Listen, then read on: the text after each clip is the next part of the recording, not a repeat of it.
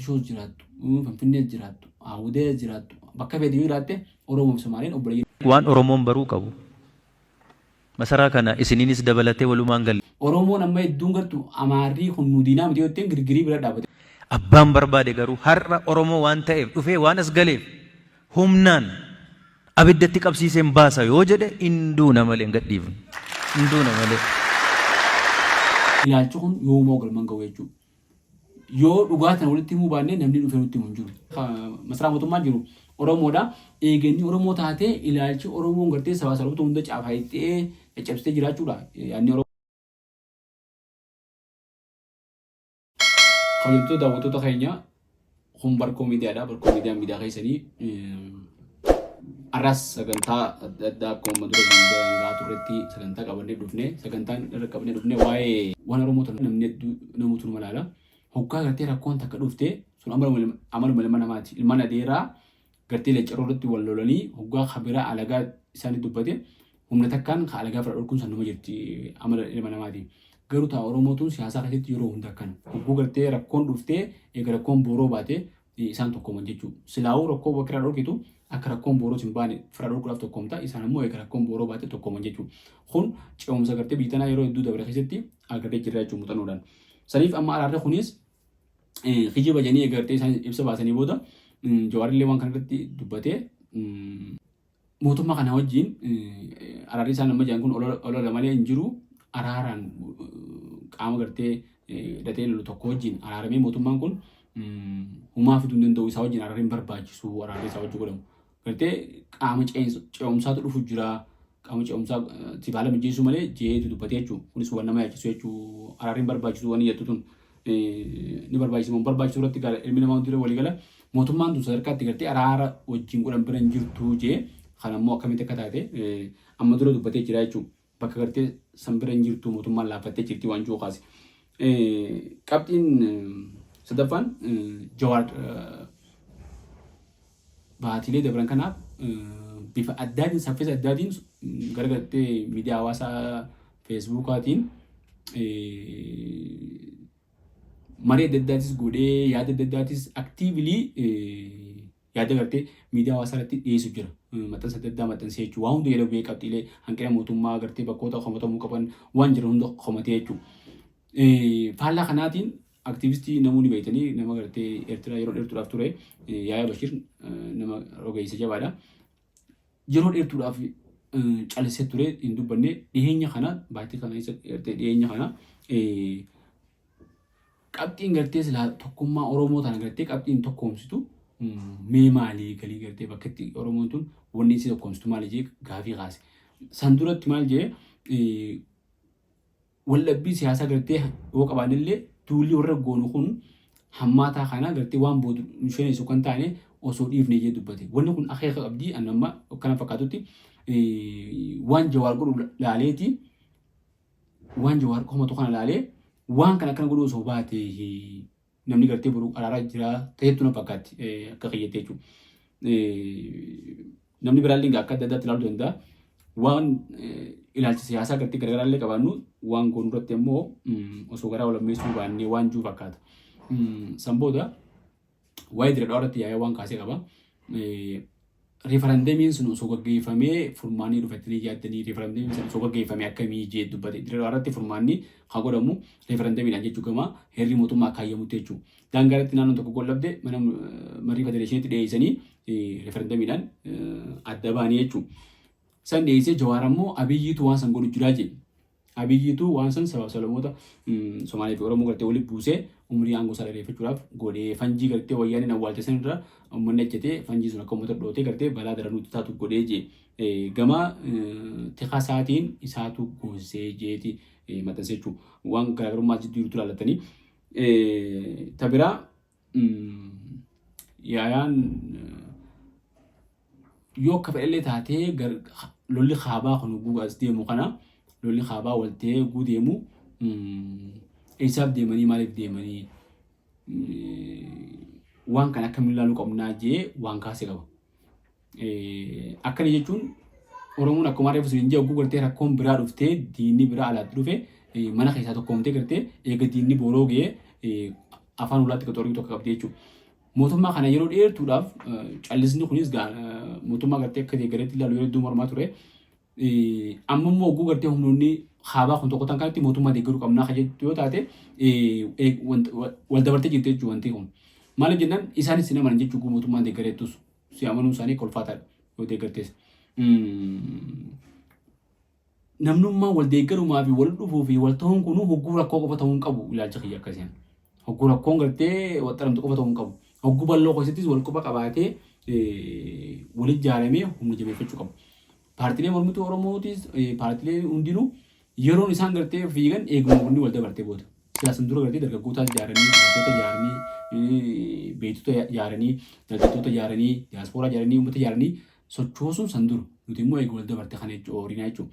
Gaafa ammaan dura jijjiiramni dhufee bara 2008 yoo ilaaltan eega wanni hundinuu wal dabartee booda san dura jaarree sochiin sun galma gugeessee dargaggoota san jaaree namni gartee gam tokkotti hin sossoosin dargaggoonni sun faca'ee kan miidhamees miidhaa isaatiin hafee kan gartee hojii dhabees kan biyyaa dhabees wanni adda addaatu ta'ee namni hundi akkasii lafatti hafee jechuudha. Qabsoora namni abdii muree jechuudha fasaniin. Osoo sun galma gahin osoo sun waan galma geessee gartee waan laffaatii namaa waan gartee miidhama san bakka deebistee uummata kana faayidaa isaa san harkachiisu taate uummanni kun bifa ammaa keessa hin jiru jechuudha. Kanaaf gaafa sanis egaa rakkoon hammaattee booda gaaddisa ijaarranii oreenii gaaddisan isaan gaabii diiga janii abiyyiin diiguun sunuu gaa innis Oromoo waan taateef amaluma Oromoo kana qabaatee diiga ta'a diigan jechuudha. Kanaaf Yahyaa Bashiir Oromoo ta'uu kanaafuu mee abiyyi kana yeroo kana neefee haa dhageeffannu waan juu qaban fakkaatti kun laalu wanni kun guutuu akka beektee waan nama dhufu maaliif mootummaa Oromooti jennee eega jedhu maqaarra kaayan izaaba kana booda waliin duraa buusanii mee guutuu akka abiyyi kana haa deeggaru jettees qalbii takka akkasii dhufti. Garuu immoo wanti deeggartu maali waan juus namicha bakka hunda lolojee deemu hundarratti gartee deeggaruun ulfaatti yoo gartee innis irraasii gabbee dubbii teessisirra dhagee tasaarra dhageessii waliin deemtan malee jechuudha. Kanaaf qabxiis dafaara kanaan kaasee qabxiin biraa afuraffaadha. Waa'ee dirree dhawaati. Waa'ee dirree dhawaa irratti waa'een dirree dhawaa tuni fakkeenyaaf dirree dhawaa qofaa miti Finfinnees fudhadhu Somaalee fi Oromoon tun waliin maali obboleeyyan uummanni kun namoota hedduu jira kan Oromoo fi Somaalee diina godhuu barbaadu diina jee kalabsu sun ammoo kijiba jechuudha seenaa keessa waan hin jirre. Seenaa keessa qofa osoo hin ta'in seera keessa hin jirtu. Lammiileen biyya takkaa diina walitti ta'uun seera keessaas hin jirtu. Seenaa keessaas hin jirtu. Oromoo tana gartee namni Oromoo dubbatu ammaan tana gaa TikTok taate hayyoonni imma TikTok irra galee lakkuma followara walirra qabaniin akka gartee hordoftoota qabutti hayyummaa walirra qaban si'a namni namichi sun bakka taa'u akka gartee namni hedduunis daawwatuuf lolee uummanni kun uummata kanaati uummata keenya kana godhee akkana godhuu qabdanii ari'uu qabdanii fixuu qabdan jaa. Haa fixuu qabu immoo haa fixuu sanii fi hundi kabiraatiin inni keessa hin jiru. Tungummaadha jechuun waan sirriitii miti. Uummanni tokko addunyaa irratti jiraatee gartee siyaasa isaatiif waa hundaafuu akka ta'uudhaaf ollaa isaatii wajjin uummata hojii jiraatu wajjin nagaa harkachuu qaba nagaa yaaduu qaba. Oromoon qoy nafxanya jennee amaarii dhugaadha. Nafxanyaa yoo taate abbuu torbatti nafxanya jennee diinumuu qabna isaa wajjin.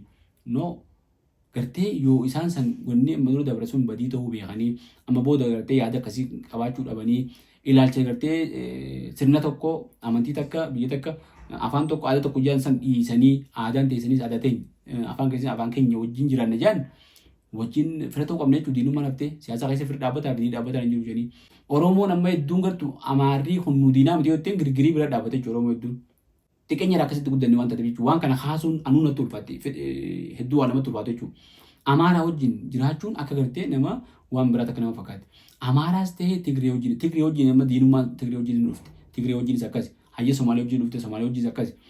Saboota xiqqaa biraa wajjin duraanuu akka diinaatti godhamnee gartee ramaddii akkasiisan kan namne jira. Kun maaliif barbaachise? Oromoon firaa hunda kan sababoota kana fira godhatee jiraachuu dandeessu. Fakkeenyaaf amma aangoo qabattee Oromoon aangoo muummicha ministeeraa gartee masaraa mootummaa jiru Oromoodha. Eeganni Oromoo taatee ilaalchi Oromoon gartee sabaasaboota hunda caafayittee caccabsitee jiraachuudha. Yaadni Oromoodha. Sabaasaboota hunda gartee godatti horuttee haan dachiisaa irraa fudhattee haan aangoo irraa fudhattee haan qabeenya isaa saamtee haan eenyummaa isaa saamtee jiraachuudha. Kanaa miti jechuudha hayyoon Oromoo.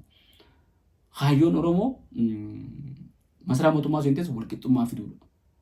Kana gaarranjiini lamma magarsaa ta'uu mandura jee viidiyoo irraa ni agartanii. Siyaasni biyya kana shiraa fi daba cimaadhaan masakamee gaggeeffamaa dhufee fi gaggeeffamaa jiru kana keessatti akkasumatti lufee lafa bu'uu danda'a jennee yaadna taanaan ulfaataadha. Rakkinni biyya kanaa rakkoo nama dhuunfaa miti. Tokko barcumarraa kaasanii tokko lafa kaa'utu hin ta'in sistemik. Rakkoon rakkoo sirnaati. Rakkoo sirnaati. Rakkoon sirnaa kun abbaan barbaade abbaa ebaluu kan jedhamu akka PLC'saatti akka isaa mijaa'uu danda'utti ijaarrate. Ijaarrateetu isa tajaajilaa ture. Sana diiguu gaafata. Akka ummata biyya kanaa sabaaf saboota biyya kanaa itti tajaajiluu danda'utti akka haaraatti diiganii ijaaruu barbaada. Ilaala raayyaa ittisa biyyaa keessatti waggaa har'aa waggaa lamaan har'aa isiniin hin jedhu waggaa har'aa mootummaan naannoo Oromiyaa fi raayyaan ittisa biyyaa wal kasasaa baane miti. Anis pirezidaantiin ture waltajjiitti ba'ee etuun sodaatiin namumti dheeraan kun warra kanatu ummata keenya fixaa jira.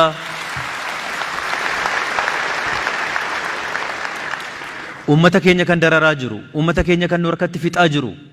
Diina fagoo miti raayyuma kanaa jenneetu miti kan kasasaa baane, himataa baane. Eenyuun ni manne nuti. Yeroo sanatti akkamitti wal barbaanna turre?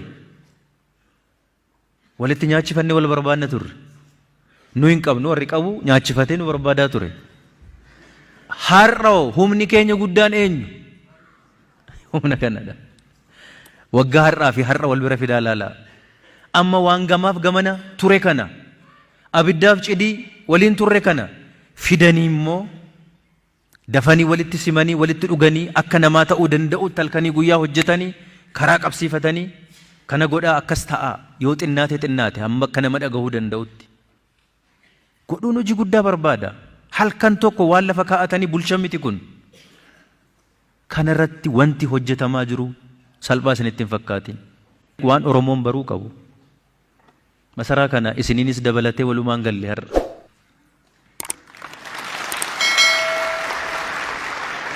Masaraa Oromoo gochuudhaaf miti. Masaraa haqaa, masaraa dhugaa godhuudhaaf gale Oromoon malee masaraa Oromoon qofti keessatti sirbu. Yoo goona taane nus warra kaleessaatti taana hin barbaannu isa nuti. Isa miti.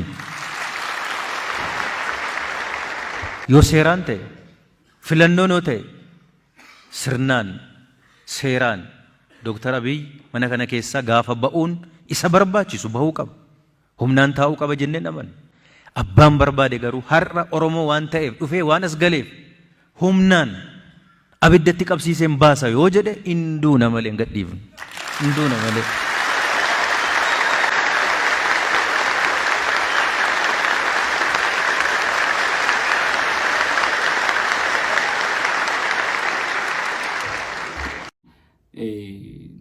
Hayyoon Oromoo masaraa mootummaa keessatti guuseentee tokkummaa fidu, haqa fidu, waan duraan dhabdee galtee cunqurfamte san cunqurfama san sirreessu.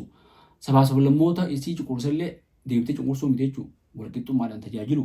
Sabaa sablammoota biraa galtee akka isatti cunqurfamanis cunqursaa isaanii beektee fi akka hin cunqurfamne eenyummaa isaanii, aadaa isaanii, afaan isaanii, qabeenya isaanii, guddina isaanii eeydee fi aadaa fi afaan isaanii galtee sadarkaa biyyattiitti beeksiftee fi guddiftee fi namuu iftee akka jiraatu godhudha. Yoo hayyoon kana ta'uu baattee cunqursaa yoo taate sammuu impeeriyalistii taatee galtee sammuun deemtu hundinuu yeroo hedduu yeroo hanga tokko gartee addunyaa guutuus taatu addunyaa hanga tokkos taatu qabattee deemuu dandeessa garuun turtu nu cabda. Sammuu akkasitti namni deemu jechuudha. Kana sirnoota dabran ilaaluu dandeessan biyya teenyatti sirnoota dabran akkam akka turanii Awurooppaa keessa impeeriyal maalfaatti ture waan jiru ilaaluu dandeessanii impaayera gartee warra Ingilizfaatti ture gartee aduun irraan seenne jedhanii impaayeronni adda addaa hundinuu caccaban jechuudha. Yeroo ammaas akkasuma impaayerri jiru caccabaatuma deema. Garuu nuti immoo jaarraa kana keessa sammuu impeeriyaalaa kanaan deemnee bakki keenya jirtu jechuudha Oromootti. Kanaaf sabaa sablammoota wajjin nagayaan jiraachuu qabna. Waa'ee dirree dhawaa irratti dirreen dhawaa ta'e Somaalees yoo taate ta'e Oromoos yoo taate jechuudha. Dirreen dhawaa Oromoo ta'uun beekama. Namoonni beeka Somaalees ni beekti. Beekaa falma malee. Ta'u Oromoo yoo taate Somaaleen irraa deemuu qabdi. Deemuu qabdu. Somaaleen nagayaan jiraachuu qabdi. Akkuma Finfinnee jiraattutti dirree dhawaa jiraachuu dandeessi. Namni wanni gartee xiyye ta'uu irraa wanni itti argatu hin jirtu. Walitti jiru jirre malee jechuudha. Maaliif? Finfinnees taanaan bakka adda sirni bulchiinsaa kan jiru kophaatti kan durii miti. Gadaa taatee abbaa gadaa siin godhan.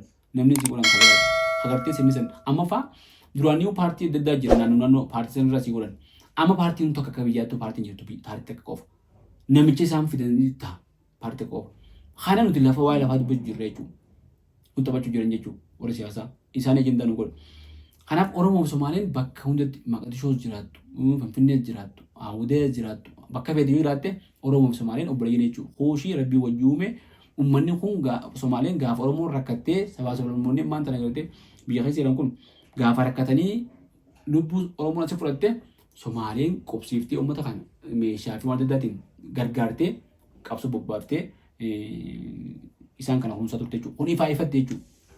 Somaaleen Jibuutii keessa jirtus Oromoon akkasumatti kunuunfamaa turan siyaasa irratti galtee yeroo adda addaa walaa dhabanii malee Somalilaandii keessa akkasii Moqadishoo akkasii seenaa Oromoo ibduu gadi ilaala. Qabsaa'onni Oromoo hundi bakka isaan itti galtee dahoo godhatan Somaaleedha. Har'aas boruus Oromoo fi Somaaleen obboleeyyanii malee fira malee diinaa miti. Warri galtee ilaalcha kanaan deemtu galman geessu isiniifis ilaalchi kun yoomuu galman ga'u jechuudha. Yoo dhugaatiin walitti himuu baannee namni dhufee nutti himu hin jiru. Ajibaan diinee uummata hunda godhattee akkatti jiraattu hin jirtu. Fira heddummeeffachuu caalaa jechuudha diinee heddummeeffachuudha. Kanaafuu siyaasa keessatti fira dhaabbataa fi dhaabbataa hin jiru. Har'aaf qabxiileen qabannee isin kanuma qabxii biraatti hin godhu deemnutti turtii gaarii isin jenna. Kun Barkoo Miidiyaa. Kun Barkoo Miidiyaa. Assalaamu alaikum wa rahmatullahi wa barakaatu. Barkoo Miidiyaa miidiyaa keessanii.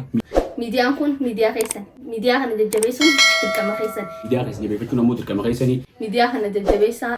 Miidiyaa kana maaliin jabeessin akka hin jenne YouTube chaanaala keenya kana subscribe, share, copy link, repost godhuudhaan hordoftoonni keenya akka heddummaatee ergaan keenya namoota hedduu bira gahee dhaamsi keenya bakka hedduu akka ga'u Instagram keenya, TikTok keenya gama Facebookaatiinis yoo hordoftanii copy link gootanii like fi share droppsanii follow gootanii copy link gootanii share gootanii waliif ergitanii waan biraa akkasiirraa eeggatu like nu godhaa, share nu godhaa, repost nu godhaa waan isinirraa eeggamu godhuudhaan nuti na dhaabbadhaa.